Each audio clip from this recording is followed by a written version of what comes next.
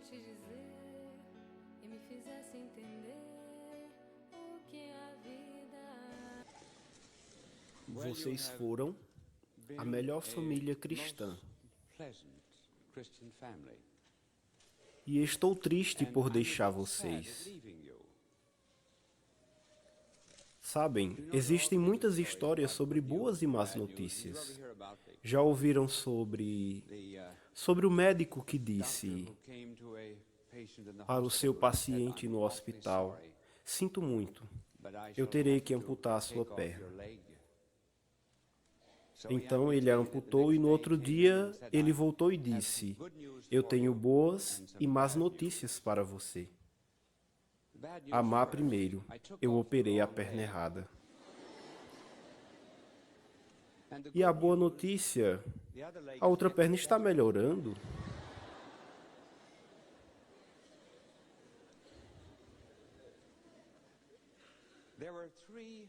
Tinham 3 bêbados que se registraram num hotel em Nova York. E a eles foram designados os quartos do 45º andar. Eles saíram à noite e voltaram em situação pior que antes. E o gerente disse: "Desculpem, mas o elevador está quebrado. Vocês terão que subir as escadas." E eles disseram: Não nos importamos." O recepcionista disse: "Não, colocamos uns colchões no mezanino para vocês." Não disse o primeiro: "Nós subiremos." Ele disse: "Nos primeiros 15 andares eu vou cantar." E o segundo disse: "Nos outros 15 eu vou contar piadas." E o terceiro disse: "Nos últimos 15 eu contarei histórias tristes." Eles começaram com as canções nos primeiros 15. Os próximos 15, piadas. E eles disseram ao terceiro: "Agora comece a contar as histórias tristes." Ele disse: "Eu esqueci as chaves."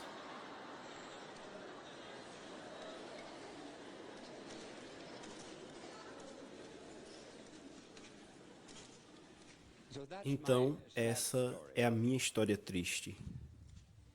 Eu também lembrei de um garoto de 7 anos de idade que jamais havia falado.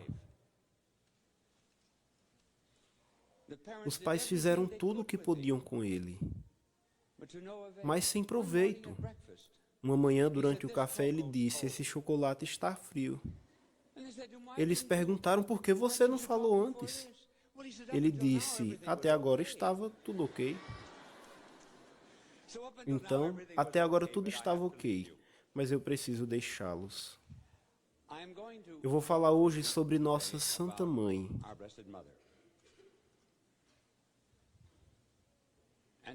E eu começarei contando sobre Lourdes. Voltarei a Lourdes outra vez. Não Lourdes como cidade do sul da França, mas como lugar onde Nossa Senhora apareceu no século passado. Eu estive em Lourdes 30 vezes. Jamais esquecerei da minha primeira visita a Nossa Senhora de Lourdes. Eu era um padre, estudante na Universidade da Bélgica. Eu tinha dinheiro apenas para ir a Lourdes, no sul da França.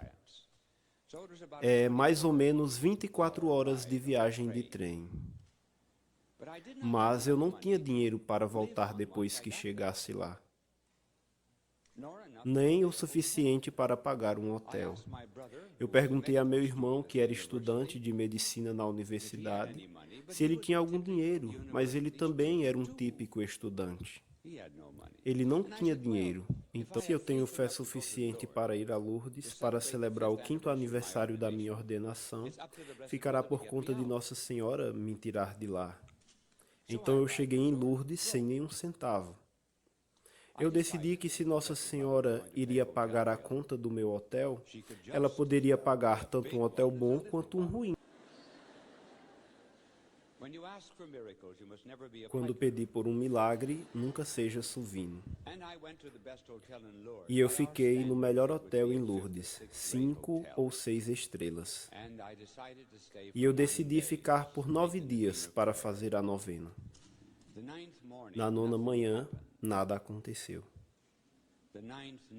Na nona tarde, nada aconteceu. No início da noite, nada aconteceu. A coisa ficou séria. Eu preferi dar a Nossa Senhora uma segunda chance. Então eu desci até a gruta. Era mais ou menos. Enquanto eu estava ajoelhado lá, um homem robusto cutucou o meu ombro. Você é um padre americano? Sim. Você fala francês? Sim. Você conhece Paris? Sim. Você viria comigo e com minha família amanhã para Paris, ser nosso tradutor e nos mostrar a cidade? Ele me acompanhou até o meu hotel e me perguntou a pergunta mais interessante da minha vida.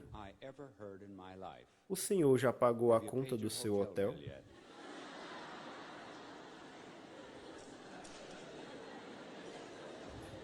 Então eu lhe mostrei a conta meio desajeitado e eu voltei a Louvain com muito mais do que eu tinha chegado.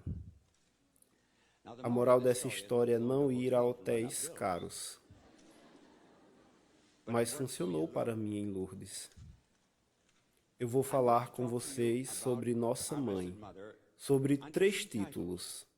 Primeiro, como um sonho. Segundo, como mãe. O terceiro, como esposa. Nunca falamos sobre isso, uma esposa. Primeiro, Nossa Senhora como um sonho. Ela foi o sonho de Deus. Às vezes, isso acontece no amor humano. O homem ama uma ideia antes de amar de fato. Suas experiências, leituras, juntam-se como peças no mosaico. Eles emolduram então o tipo de mulher que eles gostariam. E um dia aquela garota aparece. E o rapaz dirá: é isso. Ela é a escolhida. Eu conheço um homem na Suíça que tinha pendurado na sua casa o retrato de uma jovem. E quando ele se mudou para os Estados Unidos, ele levou consigo a foto. Quando ele era um menino, disse para sua mãe: vou me casar com essa mulher ali. E ele se casou com uma jovem que se parecia muito com a da foto. Ele amou uma ideia antes de amar de fato. Algumas de vocês, garotas, serão a garota dos sonhos. Vocês ainda não sabem, mas serão. Então, nosso Senhor, quero dizer, Deus tinha um sonho e chamou de a mulher ideal. A primeira conceição imaculada foi na mente de Deus. Ele pensou nela desde a eternidade. Muitos de vocês já viram aquela famosa pintura de Whistler. Lembram da mãe que estava na cadeira de balanço? E alguém perguntou a Whistler: como você consegue pintar uma pintura tão bela da sua mãe? Ele disse: você sabe como é. A pessoa tenta fazer da sua mãe a melhor versão que consegue. Não é razoável esperar que, se preexistíssemos a nossa mãe, faríamos dela a mulher perfeita? Deus preexistiu a sua própria mãe. Portanto, ele tentaria fazer dela a mais perfeita que ele poderia. E ela, portanto, era um sonho, uma ideia na mente de Deus. Acho que até que foi pensada para ser a nova Eva. Deus fez um jardim, porque só Deus sabe como fazer um lindo jardim. Então, ele pôs o primeiro homem e a primeira mulher lá, mas eles saíram e perderam o jardim. Então Deus pensou num novo jardim, outro Éden, um paraíso de carne e osso, o qual seria sua mãe, para ser cuidada pelo novo Adão. E esse novo paraíso da encarnação foi nossa Santa Mãe. Eu acredito de verdade que ela é a mulher que todo homem ama como ideal. Eu acredito que, subconscientemente, ela é o tipo de mulher que toda mulher quer ser, o sonho de toda a raça humana. Mas ela não era apenas um sonho, ela se tornou a mãe do Filho de Deus quando ele encarnou. Deus enviou um anjo do alto e grande trono da luz. E o anjo veio até Maria, que estava rezando ajoelhada, e perguntou-lhe: daria você um homem a Deus? Você concorda em dar a Deus uma natureza humana? Vocês sabem que esta pergunta nos é feita quando somos batizados. Deus nos diz: você me concede a sua natureza humana? Ele quer nos usar também, assim como ele usou a natureza humana que Maria o concedeu. E Maria prometeu dar a Deus uma natureza humana.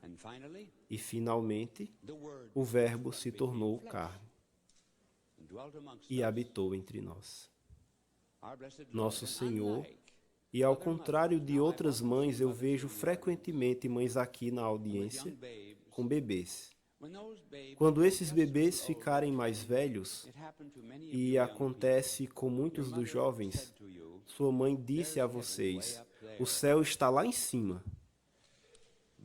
Mas a Santa Mãe foi a única mulher do mundo que pode olhar para baixo para ver o céu, pois ela segurou o céu em seus braços.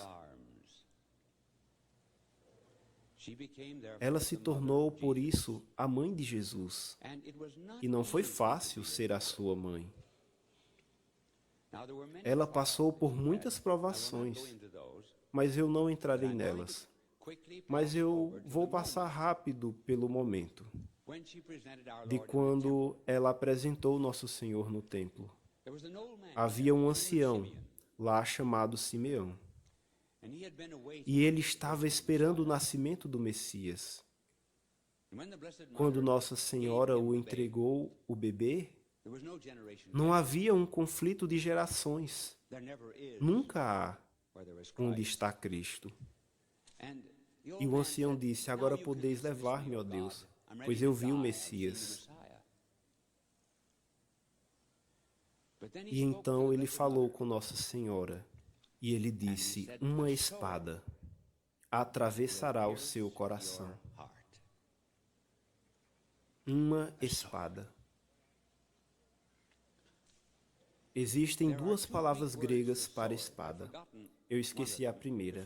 A primeira que eu esqueci significa uma pequena espada, que é quase uma adaga. A outra palavra é Fahrenheit. Fahrenheit é uma dessas espadas grandes. E essa foi a palavra grega usada. Em uma espada como uma Fahrenheit atravessará o seu coração. Em outras palavras, você terá dores.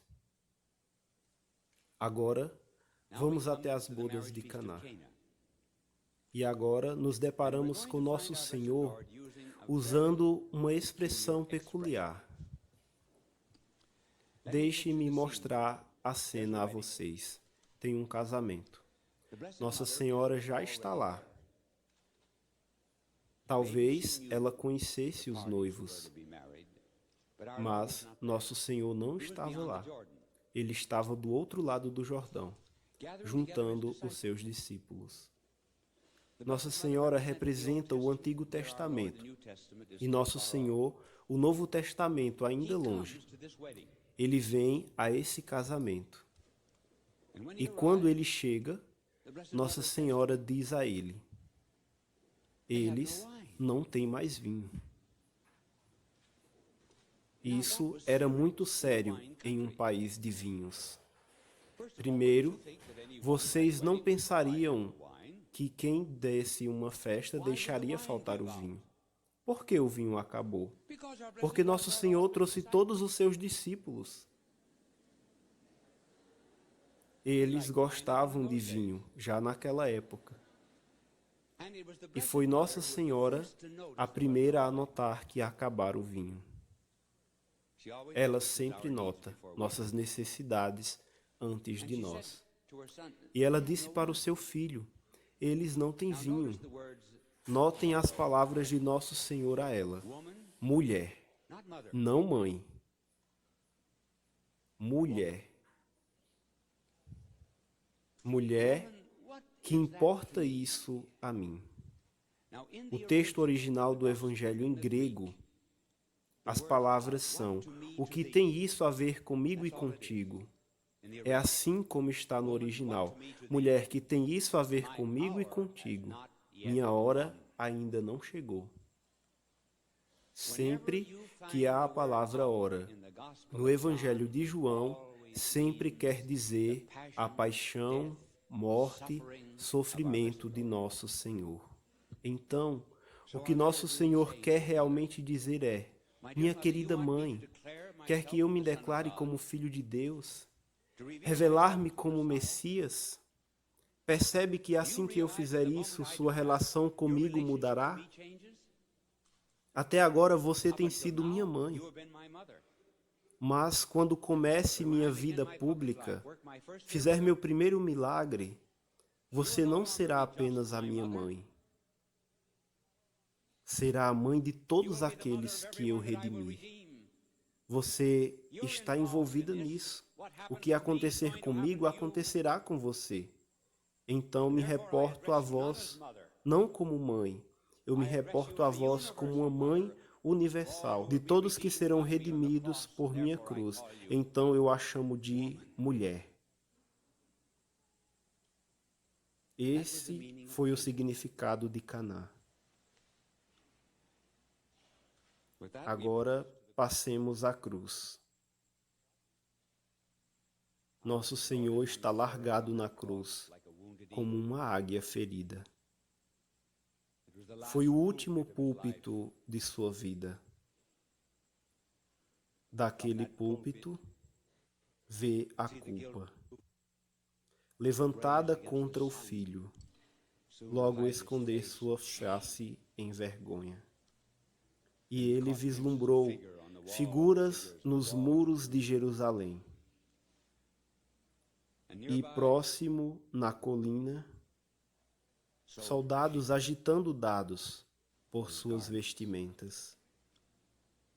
E aos pés da cruz estava aquela flor despedaçada, aquela coisinha ferida, Madalena. Perdoada, pois amou demais, e com uma face moldada por amor estava João. E então Deus teve pena dela, sua própria mãe. Maria, Madalena, João. Inocência, penitência e sacerdócio, os tipos de alma sempre encontradas aos pés da cruz de Cristo. Nosso Senhor está agora pronto para falar outra vez à sua mãe. Não. Vocês sabem o que acontece agora na cruz? É um casamento. Nunca ouviram isso antes? Toda a Escritura está baseada na ideia de um casamento.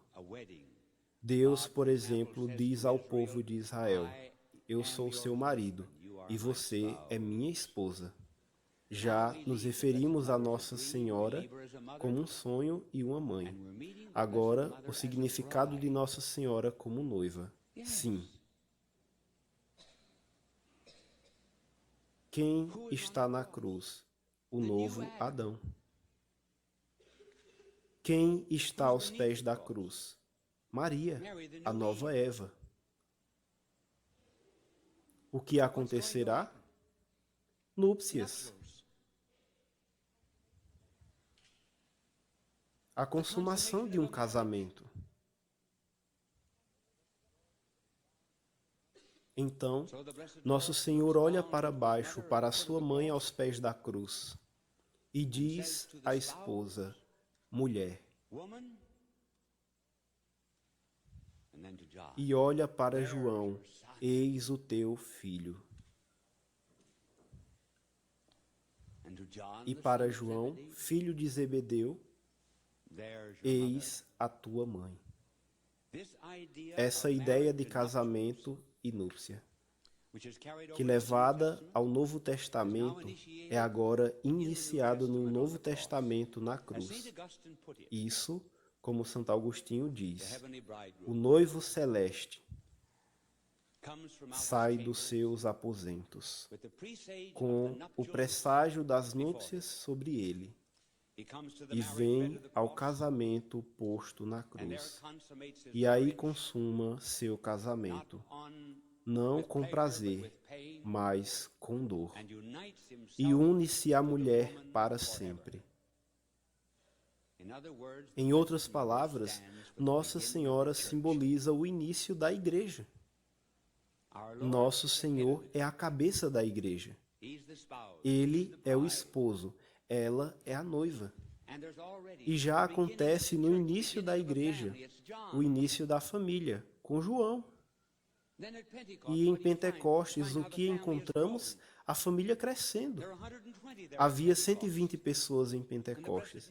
E Nossa Senhora e os apóstolos, e no meio deles todos. Quando vocês se casam, quando vão ao altar, é dito ao esposo: você permanece fiel por Cristo? E a noiva: você permanece fiel pela Igreja? Então, o que vemos aqui, portanto, é o início da Igreja, onde agora Cristo é a cabeça da Igreja, o noivo celeste. Nossa Senhora é o início da Igreja, é a nova Eva. Assim como muitos filhos vieram de Eva, muitos filhos virão de Maria. E é essa a razão pela qual as mulheres não podem ser sacerdotes.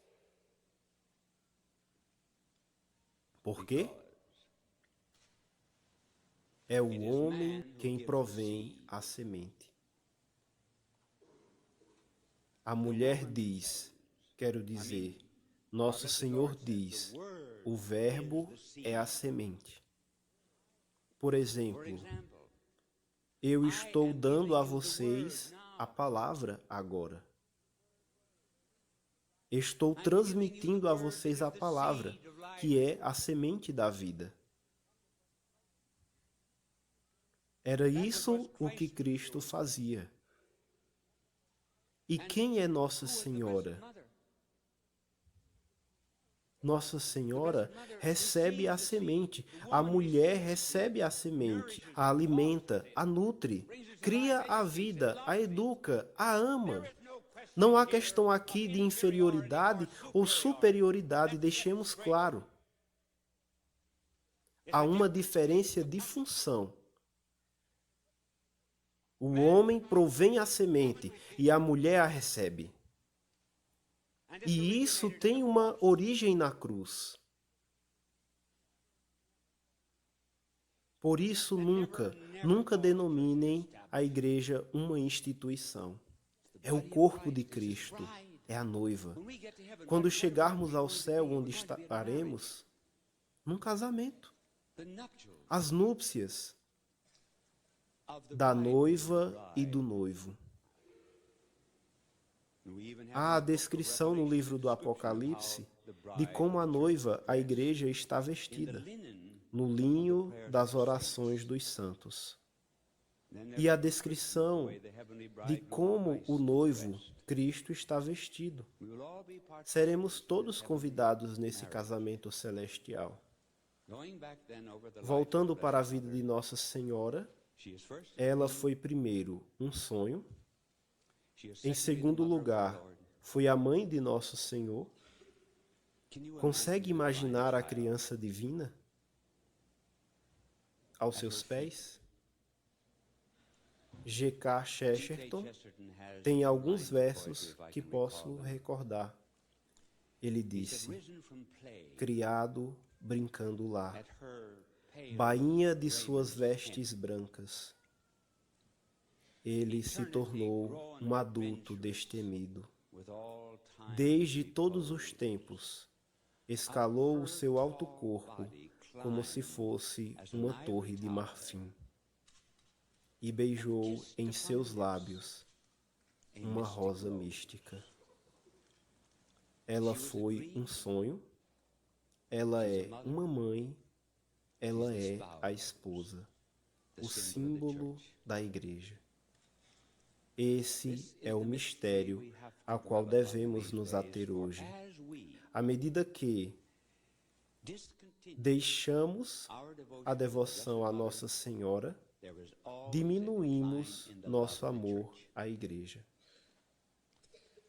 Um professor da Universidade da Califórnia disse em um dos seus livros: hoje em dia, toda vez que você ouvir de Nossa Senhora, pode ter certeza, vem de um protestante. Eles estão escrevendo sobre Nossa Senhora, estamos deixando de lado. Por exemplo, um pastor inglês escreveu uma das mais bonitas meditações sobre os mistérios do Rosário, a chamada 10 alegrias para cada 5 tristezas. No monastério protestante de Taizé, na França, escreveram belamente sobre Nossa Senhora. Agora que vocês sabem quem ela é, como um sonho, e todas vocês, meninas, devem rezar para serem como Nossa Senhora, boas e virtuosas, para assim representarem a igreja. Vem aqui, você. Aquela pequenina ali, sim, vem aqui.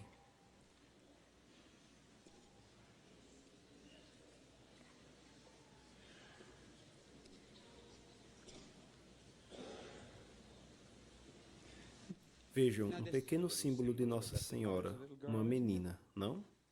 Sim. Mantenha-se doce como agora. Não é uma canção? Fique doce como agora, boa como agora para sempre. Deus te ama. Pode voltar agora. É como um sonho, como uma mãe e como esposa. Então vocês, jovens meninas, procurem ser como ela. E meninos, para serem puros, sejam devotos dela. Ela manterá vocês intactos e bons. Mantenham uma imagem de Nossa Senhora em casa. Rezem o terço para ela todos os dias. Todos os dias. Estava uma vez instruindo a esposa de Buff Cobbs. Talvez alguns de vocês se lembrem. Ele era um humorista e instruí sua esposa e filha. Buff Cobb morreu como ateu. Ela veio a mim uma semana depois. Eu havia terminado a direção e ela mostrou o texto e perguntou: eu sei o que fazer com isso, mas o que fazer com o rabinho? Eu tive que dizer a ela: você começa pelo rabinho. Rezem o terço, mantenham uma imagem na sua casa. E se estiverem avançados o suficiente, rezem algum dos ofícios para Nossa Senhora. Se querem que alguém se converta, rezem para ela. Uma vez, quando estava em Lourdes, estava no fim da minha visita. E eu desci para dizer adeus a ela. Era por volta das 8:30 da noite, e o trem partia às 9 da noite para Paris. E minha última oração foi: Nossa Senhora, envia-me uma provação ou sofrimento para salvar uma alma. Essa é uma oração muito perigosa. Se acham que as orações não são respondidas, tentem essa. Mas não se enganem, é muito sério. Então eu disse: envia-me alguma provação ou sofrimento para salvar uma alma. Então eu voltei ao hotel. Subi o primeiro andar pelas escadas e alguém estava me seguindo. Segundo andar e continuava a me seguir. Terceiro andar, alguém estava atrás de mim. Segui pelo corredor e alguém me segue. E eu pus a chave na porta. Era uma mulher de mais ou menos 23, 24 anos. Eu perguntei: você está me seguindo? Ela disse sim. Por quê? Eu não sei. Eu vi o Senhor essa tarde na procissão e eu decidi que queria falar com o Senhor. Eu disse: você está aqui em peregrinação? E ela disse: não, eu sou ateia. Eu disse: você não é ateia. Você provavelmente se afastou da igreja. Ela disse: eu vim aqui com um grupo de ateístas, somos 60. Alugamos um ônibus em Holanda. Eu perguntei: onde eles estão? Ela disse: eles viajaram para os Pirineus. Hoje eu decidi ficar. Acidentalmente, o ônibus caiu de uma ponte e todos morreram, mas só descobrimos isso mais tarde. E eu disse: acho que você é minha tribulação.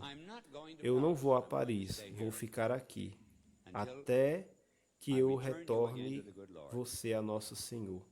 Eu fiquei por 3 ou 4 dias até finalmente ela recebeu os sacramentos. Então minhas tribulações começaram. É uma longa distância entre Paris e Lourdes. Eu comprei um bilhete de trem e eles me colocaram para fora do trem. Disseram que o bilhete não servia. Me colocaram para fora da estação, sem água ou comida. Levei uma semana para chegar em Paris. Eu não sei como explicar porque o bilhete não servia. Eu o comprei na estação. Entrei no trem, mas fui expulso do trem. Esse foi o preço que tive de pagar por sua alma. E então, outro incidente que envolve Lourdes. Na virada do século, houve um casamento em Paris. Uma boa católica, um médico ateísta, Dr. Félix Lesieur. Ele tentou derrotar a fé de sua esposa, e ela reagiu e começou a estudar a sua fé. E em 1905 ela adoeceu. Deitada na cama, em constante dor, até 1914, agosto. Quando ela estava morrendo, ela disse ao marido: Félix, quando eu estiver morta, você se tornará católico e padre dominicano. Elizabeth, você conhece os meus sentimentos. Eu jurei ódio a Deus e eu viverei nesse ódio e eu morrerei nele. Ela repetiu suas palavras e morreu. Mexendo nos seus papéis, ele achou o seu testamento. Dizia: em 1905 eu pedi a Deus que me enviasse sofrimentos para salvar a sua alma. No dia em que eu morrer, o preço terá sido pago.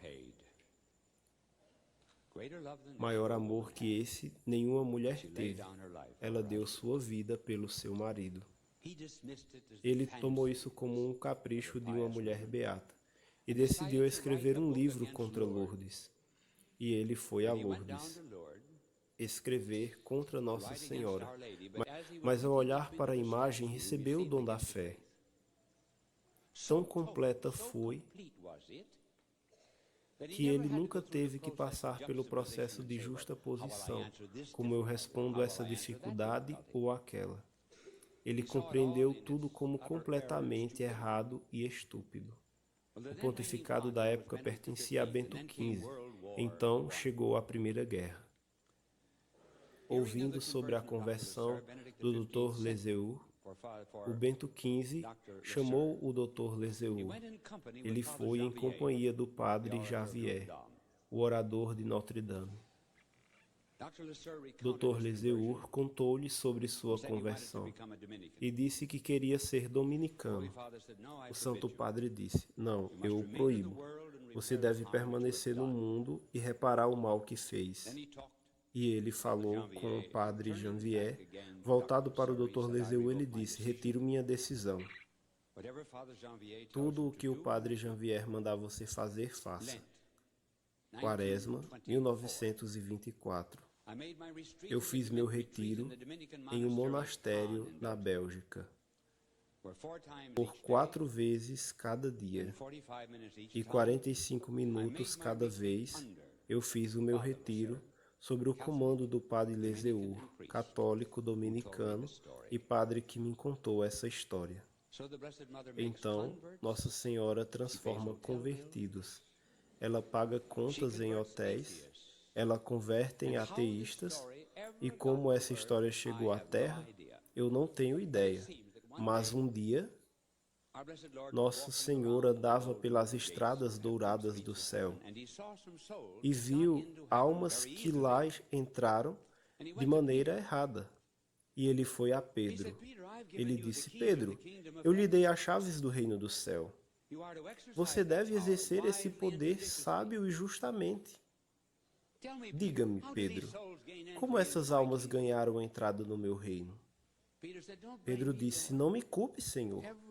Toda vez que eu fecho uma porta, sua mãe abre uma janela. Lembrem-se de que sempre há uma janela aberta para nós, e somos seus filhos, e com isso concluo que, como seus filhos, digamos: Amável Senhora vestida de azul. Ensina-me a rezar. Deus era o seu pequenino. Diga-me o que dizer. A senhora o levantou alguma vez, gentilmente sobre seus joelhos? Cantou para ele da mesma forma que minha mãe canta para mim? Alguma vez tentou contar-lhe histórias sobre o mundo? E ele? Chorou? A senhora acha que ele se importa se eu lhe disser algumas coisas? Pequenas coisas que acontecem? E as asas dos anjos fazem barulhos? Ele pode me ouvir se eu falar baixo? Ele me entende agora? Diga-me, pois a senhora sabe. Amável senhora vestida de azul, ensina-me a rezar. Deus era o seu pequenino e a senhora conhece o caminho. Que a bênção de Deus Todo-Poderoso, Pai, Filho e Espírito Santo desça sobre vocês e permaneça com vocês para sempre. Adeus, e Deus ama vocês.